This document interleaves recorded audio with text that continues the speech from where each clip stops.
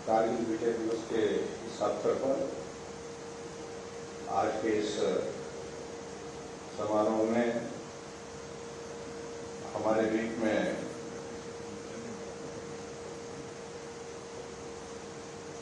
हमीरपुर विधानसभा क्षेत्र के यहाँ लोकप्रिय विधायक प्रवीण ठाकुर जी, भोरल विधानसभा क्षेत्र की लोकप्रिय विधायिका और उप मुख्य सचेतक कमलेश, विधानसभा क्षेत्र की लोकप्रिय विधायिका आदरणीय श्री राम रतन जी, हमारे बीच में श्री नवीन शर्मा जी, वंदना योगी जी, कमल नयन जी, निदेशक सैनिक कल्याण विभाग brigadier Madan Singh Sharma ji, deputy commissioner Hamirpur, SP Hamirpur, अन्य विभागों के सभी अधिकारीगण और यहाँ शहीद जवानों के परिवार से उनके परिवारजन, माताएं, बहनें,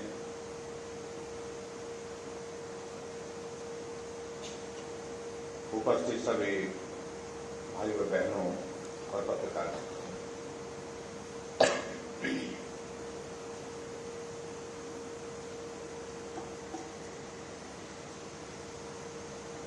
आज का यह दिन बहुत ही महत्वपूर्ण है देशवासियों के लिए और देशवासियों के साथ साथ में उन वीर सपूतों के लिए जिन्होंने अपने जीवन का बलिदान दे करके कारगिल पर विजय हासिल की थी 22 साल पहले 26 जुलाई 1999 को। और उस युद्ध में जो शहादत जिन नौजवानों की हुई, सबसे पहले तो मैं उनके लिए भावभीनी श्रद्धांजलि अर्पित करता हूं, श्रद्धा सुमन अर्पित करता हूं। जीवन का बलिदान देकर के उन्होंने जिस प्रकार से देश की रक्षा की, उस बात को हम कभी भी भूल नहीं सकते। या मुझसे पहले जिक्र हो रहा था कारगिल के युद्ध का,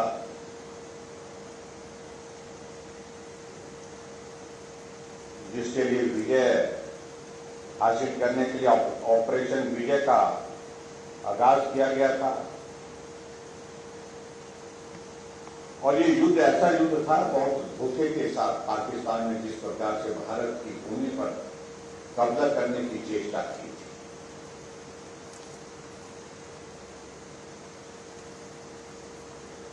अभी आप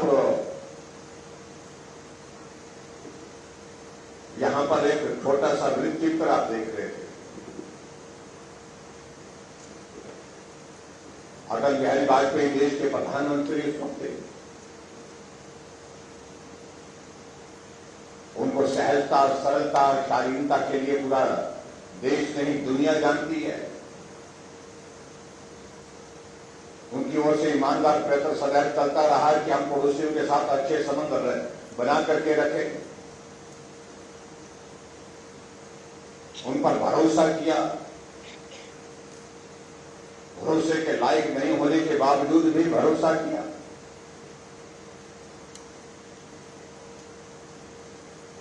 लेकिन शायद मुझे लगता है कि पाकिस्तान को ये आकलन करने में गलती हो गई।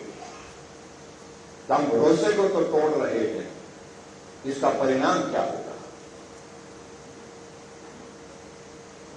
और जैसा अटल जी ने कहा कि हम शांति के लिए जाने जाते हैं, लेकिन अगर शांति अपने व्यवहार से ना मिले तो हथियार उठा करके शांति कैसे हासिल की जा सकती है, इसके लिए भी देश देखेगा, दुनिया देखेगी भारत को। और उन्हें स्पष्ट किया था इस युद्ध का परिणाम क्या होगा, इसमें कोई संदेह की बात ही नहीं। जीत भारत की होगी, निश्चित रूप से भारत की होगी। और देश के जवानों ने मुड़ करके नहीं देखा। वो कारगिल की चढ़ाई ऐसे कर करके जो है वो विजय हासिल करने के लिए पूरी की, जैसे कि वो चढ़ाई थी ही नहीं। बहुत कठिन युद्ध था।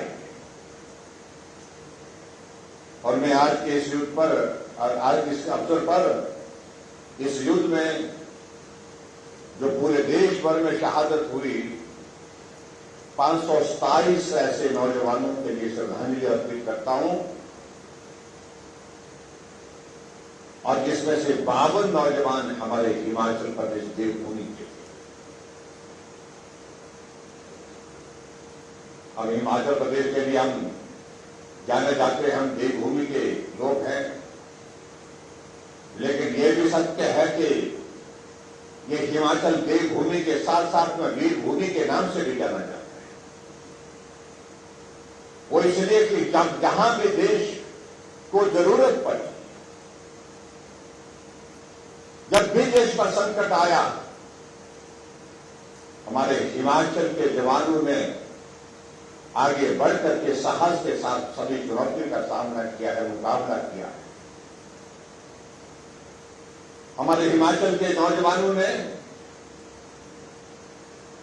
देश के लिए बलिदान की सीमा तक जाने में कभी भी जो है गुरेज नहीं की।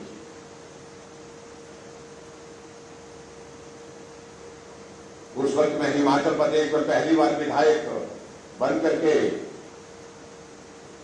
हम शिमला थे, और मैं अच्छी तरह से याद करता हूं उस वक्त के उस दौर को। पूरा देश किस प्रकार से उस युद्ध में विजय का इंतजार एक एक दिन कर रहा था। सुबह से शाम तक सारी युद्ध की खबरों को देखने के लिए लोग टेलीविजन के सामने, और जिन परिवारों से हमारे नौजवान सेना में भर्ती थे, और उन परिवारों के परिवारजन, साथी, सहयोगी विजय की कामना करते हुए अपने परिवार के उस सदस्य के लिए जो सेना में अपने जीवन की कुर्बानी देने के लिए भी वहां पर कारगिल के उस युद्ध में लड़ाई लड़ रहा है, उसकी सलामती की दुआ करता है।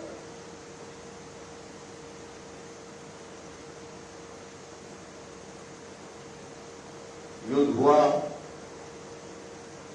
शहादत भी बहुत सारे नौजवानों की हुई। हमारे देश के उस वक्त के यशस्वी प्रधानमंत्री अटल बिहारी वाजपेयी जी ने एक बात कही कि मेरा एक एक शहीद जवान का शव घर तक पहुंचना चाहिए, परिवार तक पहुंचना चाहिए।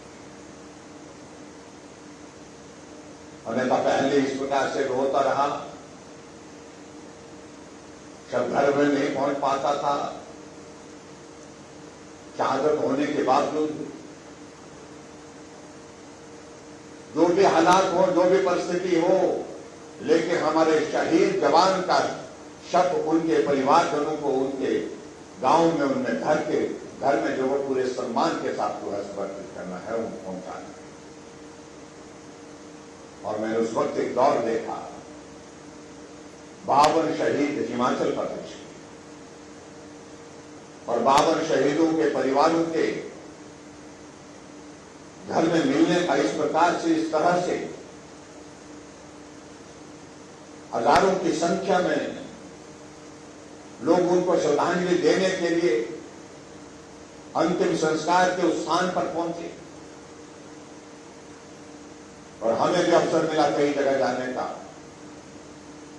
पूरा देश एक देशभक्ति के जोश और जुनून के साथ खड़ा।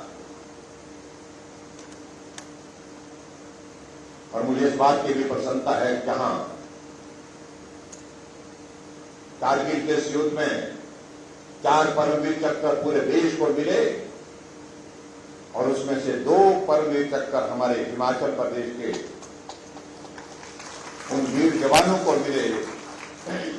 यही कैप्टन विक्रम बत्रा और दूसरे हमारे परमवीर विजेता जो है वो परमवीर चक्र विजेता हवलदार संजीव कुमार बिलासपुर से। छोटा प्रदेश लेकिन उसके बावजूद जहां परमवीर चक्र पूरे देश भर में 4 मिलते हैं तो 2 उसमें से हिमाचल प्रदेश को मिलते हैं। तो ये हमारी इस देवभूमि के साथ साथ वीर भूमि की उस बात को साबित करता है। हम कहने में नहीं, हम कहने के आगे जाकर के जो है अपने देश की रक्षा के लिए कुर्बानी देने में भी अपना जीवन निछावर करने से पीछे नहीं आते। और मुझे इस तरह से अच्छी तरह से याद है, पहली बार देश के इतिहास में इस प्रकार की परिस्थिति बनी तो शहीद के परिवारजनों को जो मदद की जा सकती थी, शायद ही इस प्रकार की मदद पहले किसी को पेट्रोल पंप दिया गया, किसी को गैस की एजेंसी दी गई, किसी को अलग तरह से जो आर्थिक रूप से जो मदद देने वो तो सबको दी ही गई। उसके साथ साथ में सभी प्रदेशों में जो शहीद हुए उनके परिवार के सदस्य को सरकारी नौकरी देने का प्रावधान किया। और हिमाचल प्रदेश में उस तरह से सभी परिवारों को जो सहयोग उस वक्त की सरकार के द्वारा दिया जा सकता वो देने का प्रयत्न हुआ है। उन सारी बातों में लंबी बात नहीं कहना चाहूंगा, मैं इतना जरूर कहना चाहूंगा। आज हमने यहां पर शहीद परिवार के सदस्यों को, उनकी माताओं को, उनकी बहनों को, जिनको हमने यहां पर सम्मानित किया, उन जवानों को भी सम्मानित किया जिन्होंने अच्छा काम किया है। सेना में रहते हुए वीरता का परिचय दिया। ऐसे हमारे 2 जवान जो है यहां, सुरेश जी और नरेंद्र जी, जिन्होंने बहुत बड़ा हौसला करके, हिम्मत करके इस देवभूमि के साथ इस वीर भूमि की उस भूमिका को जो है स्पष्ट किया है। मैं दोनों जवानों के लिए बहुत बहुत बधाई देता हूं। जम्मू के रेलवे स्टेशन पर 2 आतंकवादी हमला करते हैं। अमरनाथ की यात्रा चल रही थी, मैं पूछ रहा था और पूरा रेलवे स्टेशन जो है वो हैरान था, परेशान था, क्या किया जाए। और उसमें हमारे जवान सुरेश जी यहां पर हमारे बीच में हैं।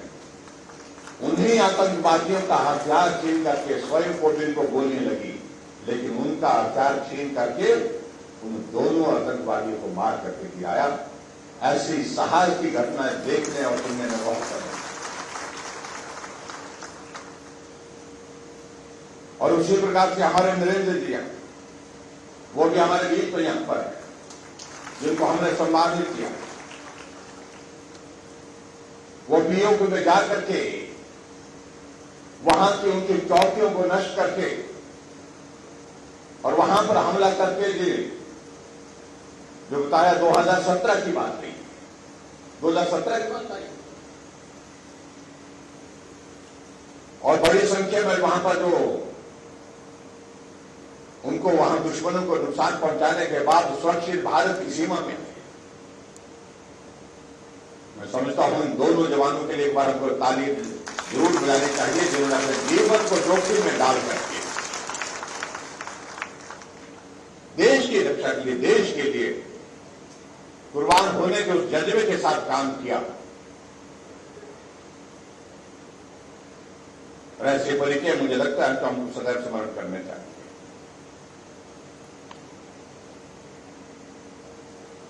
मैं उन माताओं बहनों का भी उनका भी मैं अभिनंदन करना चाहूंगा।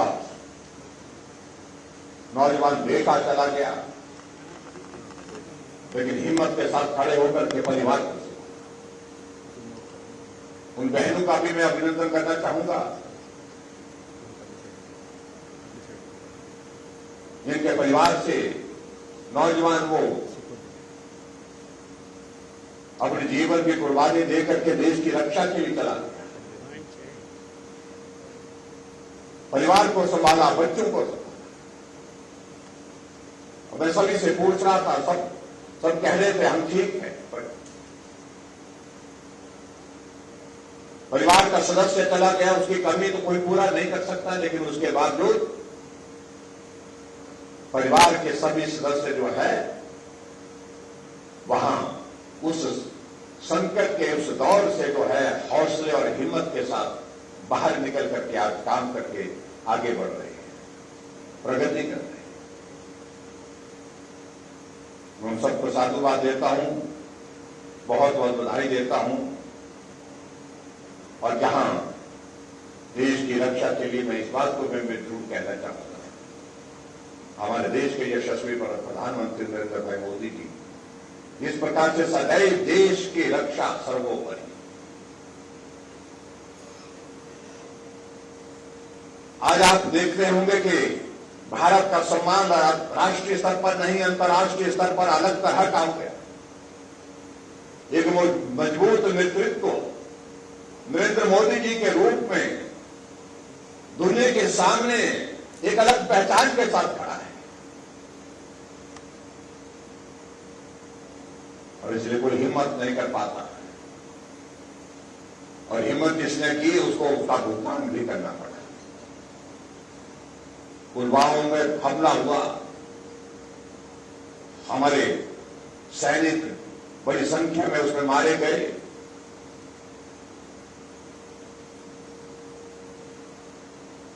चालीस से ज्यादा सैनिक उसमें मारे गए थे।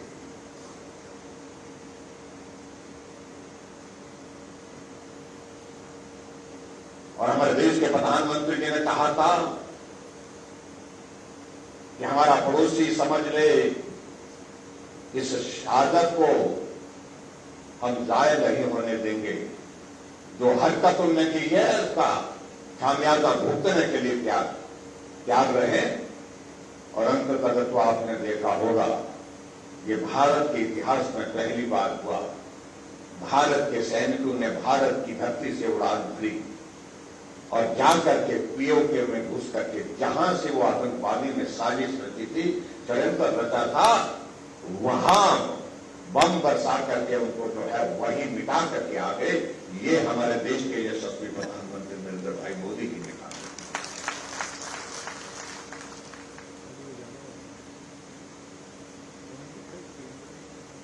एक संदेश दिया कि देश के अंदर तो तुम आओगे तो जिंदा नहीं बचोगे, लेकिन अगर देश के बाहर भी अगर तुम इस प्रकार से हमारे देश की एकता और अखंडता को, हमारे सैनिकों के ऊपर इस प्रकार से हमला करेंगे, देश के ऊपर हमला करेंगे, हम तुमको देश से बाहर भी जहां भी होंगे वहां पर भी नहीं करेंगे।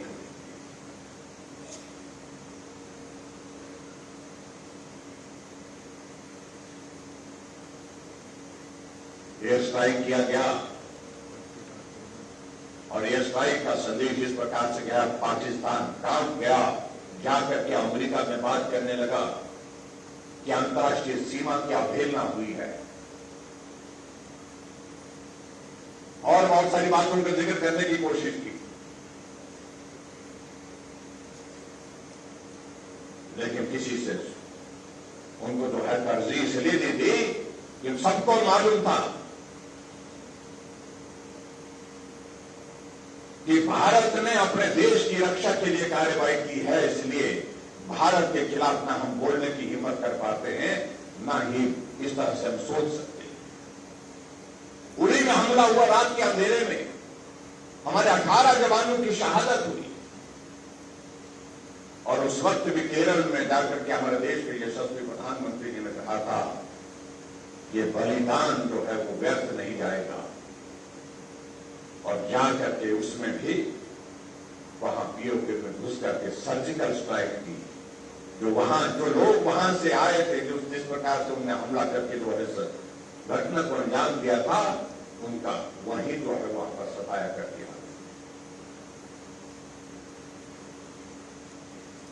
आज हम सुरक्षित हैं क्योंकि हमारा नेतृत्व मजबूत है। आज कोई जरूरत नहीं करता है, अगर करता है तो अच्छी तरह से मालूम है उसका परिणाम उसको भुगतना पड़ेगा।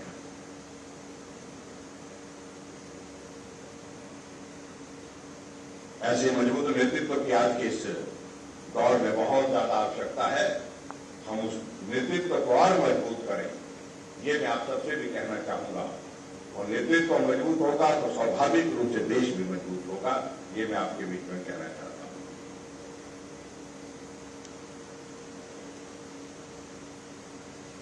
हमने समय समय पर बहुत सारी चीजों को लेकर के हिमाचल प्रदेश में हमने प्रयत्न किया है।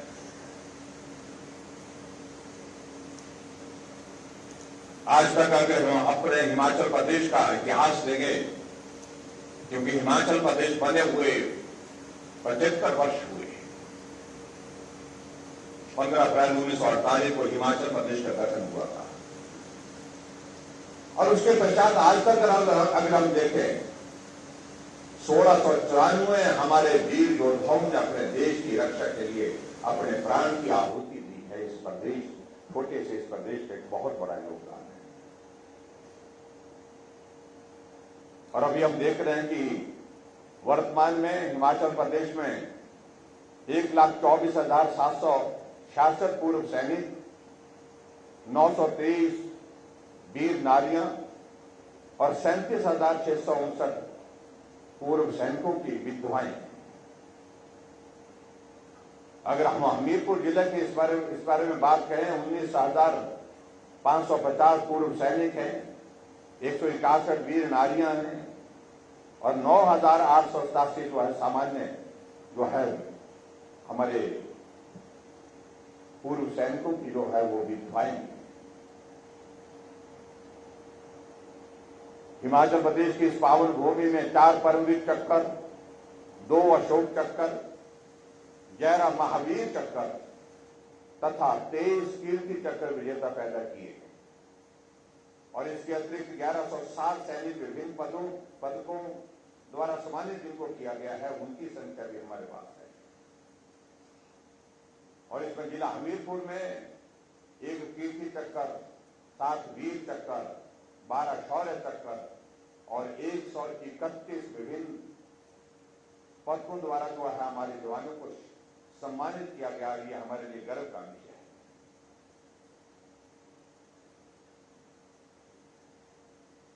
और मैं आज के इस कार्यक्रम में ये भी कहना चाह रहा हूं, जहां आज हम यहां पर कारगिल विजय दिवस के इस अवसर पर हमीरपुर में यहां आए हैं और हमारे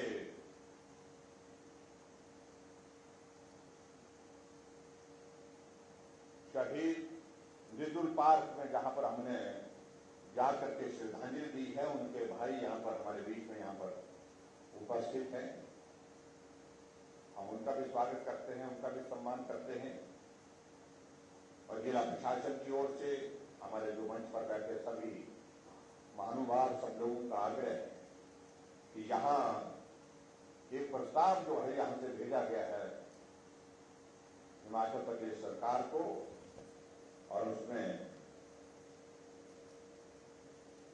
कहा गया है कि यहां पर एक शहीद पार्क बनना चाहिए, वार मेमोरियल बनना चाहिए। शहीद पार्क की बात प्रमुख रूप से उसमें कही गई है और शहीद पार्क के लिए स्थान भी उन्होंने कहा कि यही हमने चिन्हित किया है, जहां मृदुल पार्क बना है, वहां पर जहां उनकी स्टैच्यू है। मैं आप सबके बीच में आज ये घोषणा करता हूं कि ये पार्क हम शहीद पार्क हम यहां पर बना करके देंगे। उसका मेरे पास एस्टिमेशन भी आया है, लगभग 67 लाख के लगभग जो है उसमें पैसा उस पर खर्च होगा। तो मैं पूरा उसके लिए जो राशि बनती है तो मैं 70 लाख रुपए देने की यहां पर घोषणा करता हूं। और उस शहीद पार्क को हम इस प्रकार से बनाए जो हमारे सैनिकों के सम्मान को सदैव स्मरण करता रहे। आने वाले, जाने वाले, वहां से गुजरने वाले हर व्यक्ति जब भी वहां से गुजरे और वो दिखना चाहिए। अभी जिस प्रकार से है वो दिखता नहीं है। चलते फिरते सड़क में चलने वाले आदमी को उसको बेहतर ढंग से बढ़ाने के लिए कहा गया है। मैंने कहा उसको अच्छा बढ़ाइए और यही मैं आपके बीच में कहना चाहता हूं, इस काम को हम पूरा करेंगे। और जहां तक पूरे देश भर में आदरणीय प्रधानमंत्री जी ने सेना को मजबूत करने की दृष्टि से जिस प्रकार से कदम उठाए,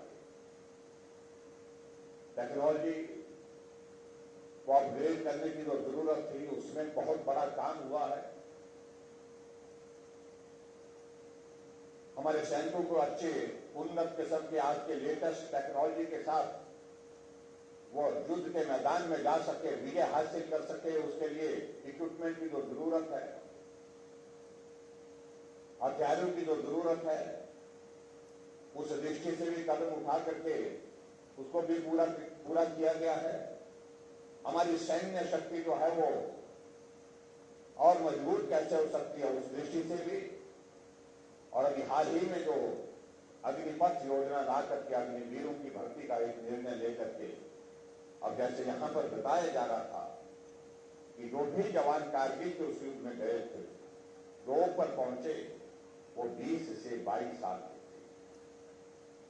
यानी कि जो एनर्जी हमारी सेना में होनी चाहिए ताकि वो लड़ सके और लड़ करके जो है वो जीत हासिल कर सके, उस दृष्टि से जो अग्निवीर का ये जो नया कॉन्सेप्ट उसमें लाया गया है, उसकी भर्ती की प्रक्रिया शुरू हो गई है। मैं इस निर्णय का अभिनंदन करता हूं और मुझे इस बात की भी खुशी है कि जहां तय किया कि उसमें 25% तो आप उसी सेना में कंटिन्यू करेंगे और इसके पश्चात बाकी जो आएंगे, वापिस आएंगे, उनके लिए एक नहीं अनेक स्थानों पर केंद्र सरकार ने जो पैरामिलिट्री फोर्सेज है और उसके साथ और सारी चीजों के माध्यम से जो है उनको रोजगार की प्राथमिकता के साथ सुविधाएं उपलब्ध कराएं। और हमारी सरकार ने भी निर्णय लिया है कि जितने वापिस आएंगे और जो भारत सरकार के उस प्रपोजल के अंतर्गत जो है वो कवर होंगे, वहां रोजगार मिलेगा, वो वहां जाएंगे। इसके अतिरिक्त जो बाकी बचते हैं, ऐसे जवान हमारे ऐसे बचते हैं जो सेना में सेवाएं देने के बाद वापिस आएंगे, उसकी जिम्मेदारी हिमाचल प्रदेश सरकार देगी। उन सबको हम सरकारी क्षेत्र में रोजगार देंगे, सरकारी क्षेत्र में नौकरी देंगे, ये भी अपने निर्णय किया है। इसलिए भाई और बहनों, आज के इस कार्यक्रम में मैं आप सबको विजय दिवस के अवसर पर जहां बधाई देता हूं, वहां मैं सभी उन देश पूतों को श्रद्धांजलि देता हूं जिन्होंने अपने जीवन की कुर्बानी देने के पश्चात इस मुकाम को हासिल किया, इस मंजिल को हासिल किया है। आज मुझे इस बात की खुशी है कि हमीरपुर में आकर के बहुत से उद्घाटन और शिलान्यास के कार्यक्रम यहाँ पर किए गए हैं और उसके लिए भी मैं आप सबको बहुत बहुत बधाई देता हूँ। यहाँ उद्घाटन एक मॉडल कैरियर सेंटर जो है, कैरियर सेंटर जो है यहाँ पर 4 करोड़ 33 लाख की लागत से उसका उद्घाटन हुआ। गिल टिकर में इंडोर स्टेडियम का शिलान्यास 6 करोड़ 75 लाख की लागत से हुआ, उसके लिए भी मैं बधाई देता हूँ। व्यास नदी से उठाऊ पेयजल योजना जो है, चौकी चबोट कमरों के तहत वहां पर उसमें पानी का संकट जहां है उस इलाके में पानी का संकट समाप्त होगा। 30 करोड़ की लागत से उसका शिलान्यास आज हमने किया। और व्यास नदी से दुघा, पंजाली, कलार, पुरोहितम के इलाके के लिए जो है वो उठाऊ जल आपूर्ति योजना का हमने शिलान्यास किया। 13 करोड़ रुपये उसमें खर्च किया जाएगा और कुल मिलाकर के उद्घाटन और शिलान्यास के लिए 54 करोड़ रुपए के काम जो है आपके इस हमीरपुर विधानसभा क्षेत्र के अंतर्गत होने वाले हैं। ये मैं आपके बीच में कहना चाहता हूं। और उसके अतिरिक्त बहुत सारी योजनाएं हमने पीछे भी हमने यहाँ पर हमीरपुर के अंतर्गत की हैं। उन सारी चीजों में विस्तार से कहने की आवश्यकता नहीं, लेकिन मुझे इस बात को लेकर के भी प्रसन्नता है कि आप सबका बहुत बड़ा श्रेय, आप सबका बहुत बड़ा प्यार हिमाचल प्रदेश में सदैव हमें मिलता रहा है। आने वाले समय में हम चुनाव के भी करीब हैं, आप सबका यह आशीर्वाद बना रहेगा, ऐसा मुझे पूरा भरोसा है, पूरा विश्वास है। एक विषय को लेकर के यहाँ पर जल शक्ति मंत्रालय का जो विभाग का जो है यहाँ पर सब डिवीजन, हाँ जी, गिल टिकर में सब डिवीजन बनाने की जो बात कही गई है, वो सारी चीज की प्रपोजल इन्होंने बताई है और मैं उसको समेकित करता हूं और एक सब डिवीजन वहां पर दे दिया जाएगा। इतना आज के इस कार्यक्रम में कहता हूं और वीर सपूतों के उन शौर्य गाथाओं से हमको स्वाभाविक रूप से उनको प्रेरणा लेकर के आगे बढ़ना चाहिए। आज के इस कार्यक्रम में हमारे सेना के पूर्व सैनिक, हमारे यहाँ पर वर्तमान में सेना के हमारे जवान भी यहाँ पर उपस्थित है। मैं उन सभी का अभिनंदन करता हूँ, सभी का सम्मान करता हूँ। आओ देश को मजबूत करने के लिए जो भी योगदान जिस रूप में हम दे सकते हैं उस योगदान को हम दें, और जिन लोगों ने, जिन जवानों ने देश के लिए अपने जीवन की कुर्बानी दी है उनके उस योगदान को हम सदैव स्मरण करें, सदैव याद रखें। यही मैं आप सबसे बात करते हुए अपनी बात को समाप्त करता हूँ। बहुत बहुत धन्यवाद। भारत माता की, भारत माता की, भारत माता की। बहुत बहुत धन्यवाद।